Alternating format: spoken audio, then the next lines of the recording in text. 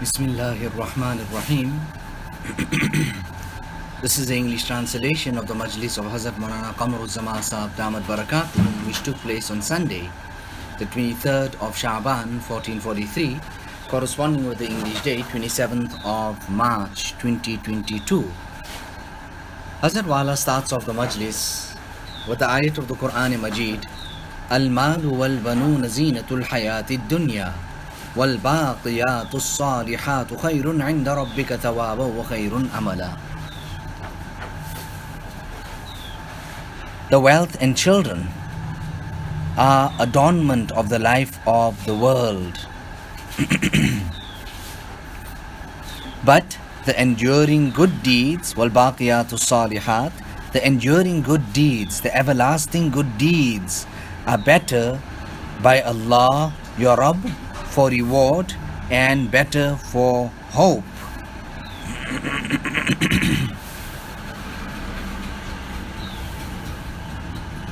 Now regarding one of these rebellious people, that Allah subhanahu wa ta'ala had given them so much, He even gave him a son who was always ready to make his khidmat, wa banina shuhuda.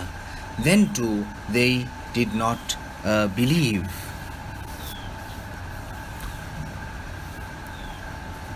Now, the Musnad of Imam Ahmad, Ibn Hibban and Hakim have reported on the authority of Sayyidina Sa'id, Abu Sa'id al-Khudri radiyallahu ta'ala, and that Rasulullah sallallahu alayhi wasallam said, accumulate everlasting virtues, everlasting good deeds as much as you can.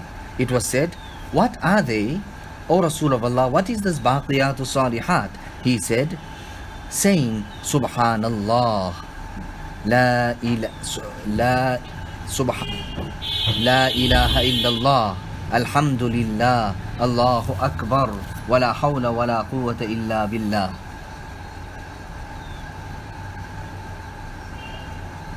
Hakim has called this hadith Sahih, and Al-Uqayli reports on the authority of Sayyidina Nu'man ibn Bashir radiyallahu ta'ala, and that Rasulullah sallallahu alayhi wasallam said, Subhanallah, walhamdulillah, wa la ilaha illallah, wallahu akbar.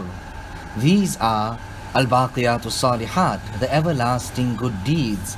The same has been reported by Al-Tabrani from Sa'd ibn Ubadah radiyallahu ta'ala an, and in the Sahih of Muslim and Tirmidhi, they have reported on the authority of Abu Hurairah radiyallahu ta'ala, and that Rasulullah sallallahu alayhi wasallam said, I like saying Subhanallah, walhamdulillah, wa la ilaha illallah, wallahu akbar. And by saying it, it is better than everything under the sun. By saying it, it is better than everything on this world. Jabir radiyallahu ta'ala an said, recite La hawla wa la quwwata illa billah. Okay, we'll come to that part now, but for now, let's continue. Hazrat Shah Waliullah has mentioned, and he has written about the Sahaba, that in their khalawat, in their moments of solitude, they used to keep the wird and the practice of these tasbihat. Hazrat Maulana Shah Wasiullah Sahib, when he was teaching us Mishkat Sharif and he came across these riwayat and narrations, then he said to us, read Subhanallah, walhamdulillah, wa la ilaha illallah, wallahu akbar, wa la hawla wa la quwwata illa billahi al-aliyyil azim, and tell others to read it as well. Hazrat Wala is saying that we were in Medina Munawwara and we were going to Quba, Masjid Quba, and we were taking a walk, and this Arab person came to us and he said, don't just go like that, read Subhanallah, walhamdulillah, wa la ilaha illallah, wallahu akbar, wa la hawla wa la quwwata illa billahi al-aliyyil azim. He made talqeen to us, gentle instruction, that read this, don't just go like that, rather read this. So Jabir radiyallahu ta'ala is saying, recite La hawla wa la quwwata illa billah, there is no power and there is no strength except with Allah.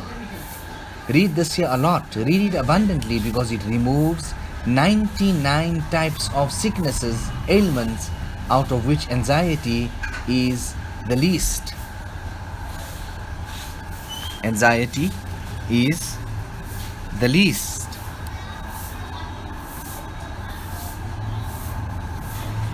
You know when... Okay, let's continue.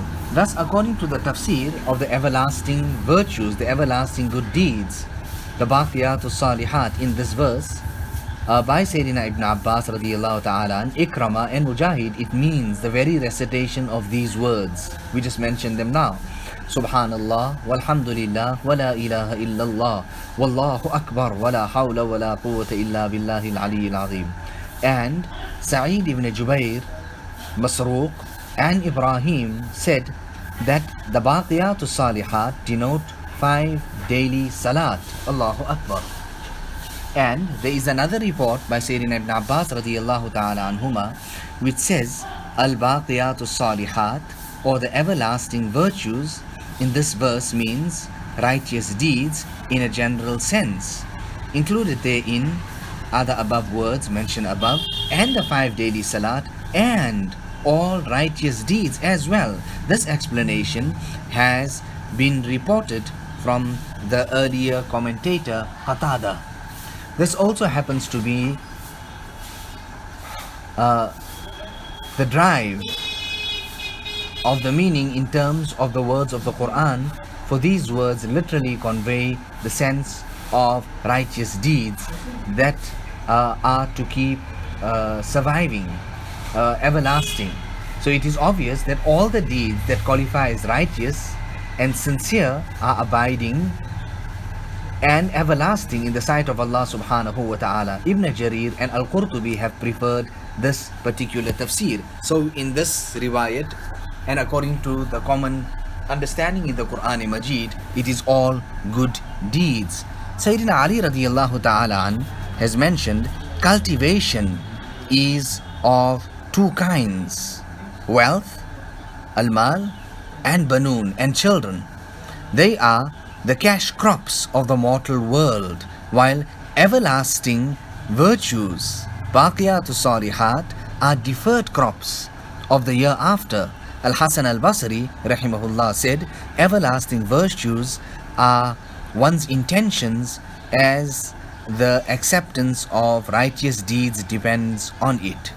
Ubayd ibn Umayr radiyallahu ta'ala an said that everlasting good deeds are righteous daughters.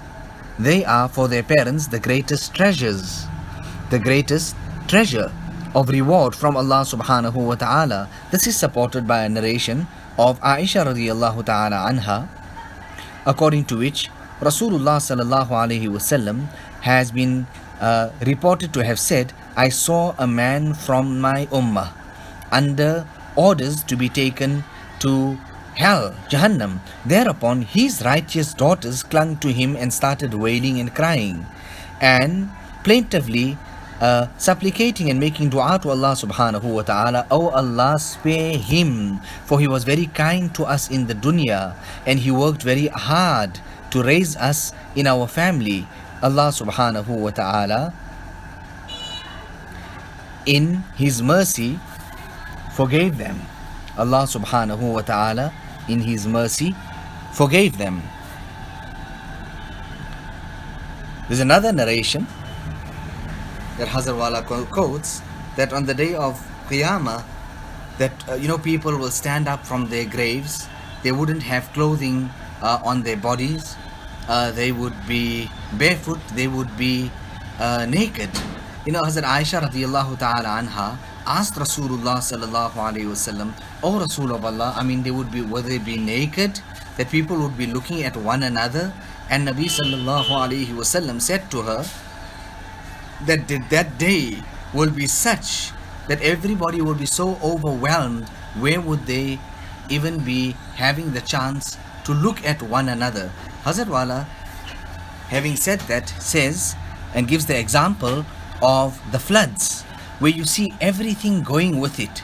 And at that time, the person who's normally so fearful of a snake, and a snake is always trying to see who he can sting and do this and that and the other, both of them at that particular occasion of the floods are completely and totally overwhelmed by the situation and worried about themselves. You'll find them next to one another, but the person is not scared of the snake, neither is the snake looking at anything else aside from keeping himself alive.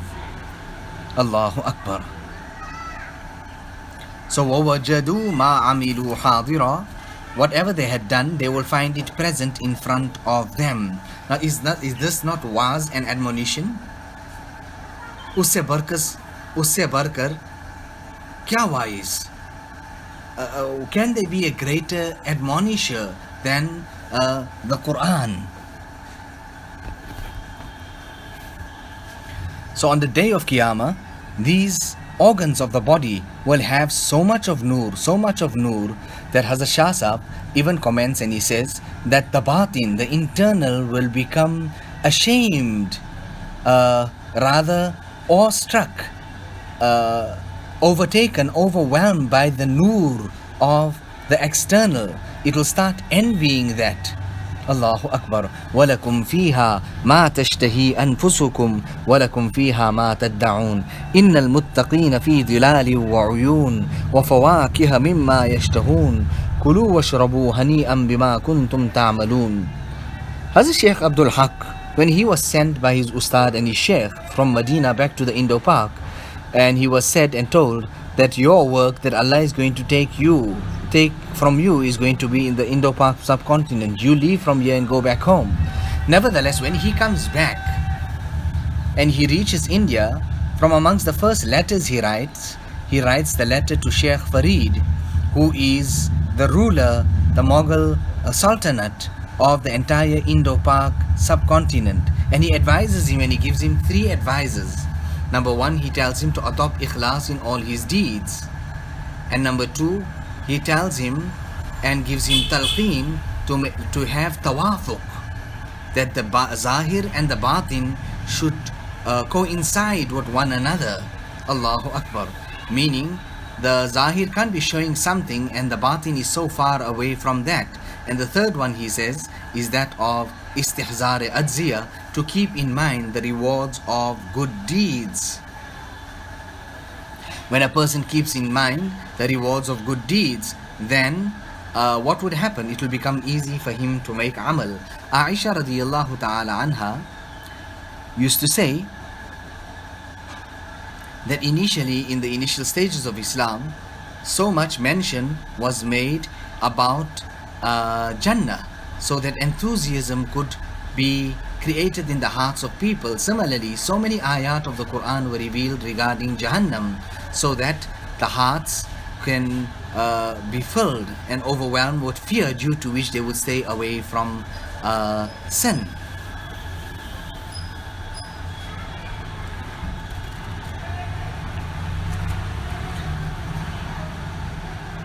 Hazrat Haji Imdadullah rahimahullah ta'ala, a person came to him and said to him that, Hazrat, I seen a dream in which I see a most beautiful woman, but this lady is blind. She's gorgeous, she's pretty, but she's blind. And Hazrat said to him, it is greatly possible that you could have read your salat in the most beautiful manner, and that was the reward of your salat. However, you have performed your salat with your eyes closed, and because that is against the sunnah, contrary to that of the sunnah, therefore you found your reward to be in that manner or in that way. So Hazrat Ali radiyallahu ta'ala an says that ad-dunya mudbiratun wal akhiratu muqbilatun, that the dunya has got its back facing towards you and it's going further and further away, and the akhirat is facing you and is coming with great speed. وَلِكُلِّ وَاحِدٍ مِّنْهُمَا بَنُونَ, and each of them have sons, the dunya and the akhirat.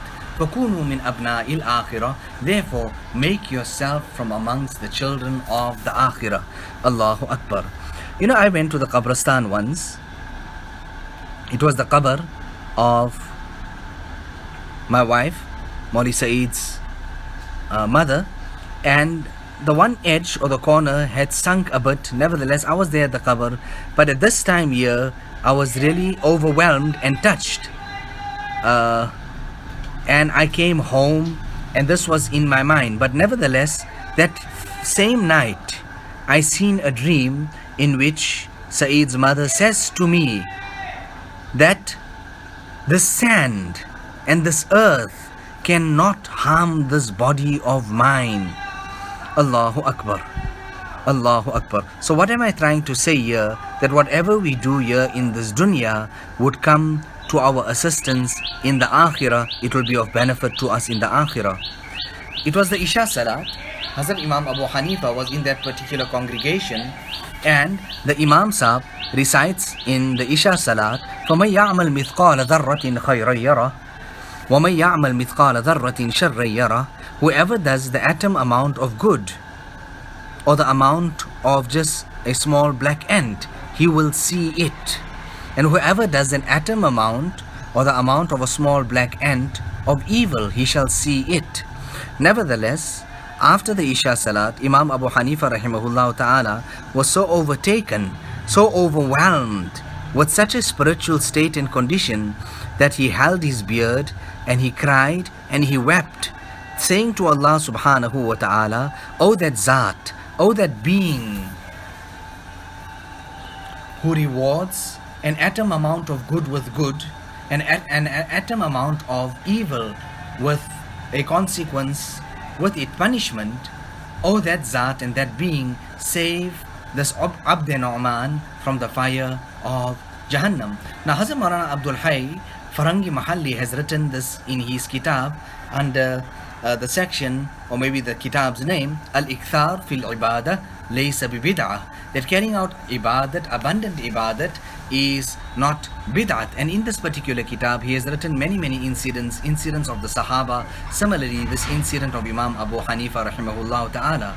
Nevertheless, here he cried and he wept until the Fajr Azan went off. So the Imam of the Masjid completed his Salat and went into his apartment, which was just adjacent to the Masjid. But Imam Abu Hanifa rahimahullah ta'ala wept and cried until Fajr.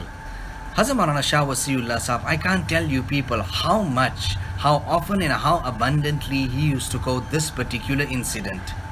And he used to say to us that the aqwal, the statements, the fiqh, the jurisprudence of Imam Abu Hanifa are deserving that they be followed. But similarly, his ahwal and his spiritual states and conditions also deserve that we follow them. يَوْمَ لَا يَنْفَعُ مَالُ وَلَا بَنُونَ إِلَّا مَنْ أَتَى اللَّهَ بِقَلْبٍ سَلِيمٍ That day on which no wealth nor children will be of any benefit to a person, except for that person who comes into the court of Allah subhanahu wa ta'ala. إِلَّا مَنْ أَتَى اللَّهَ Except for that person who comes to Allah بِقَلْبٍ سَلِيمٍ with a sound heart, free from all maladies, all sicknesses, free from kufr, free from shirk, free from all diseases. That person there would be successful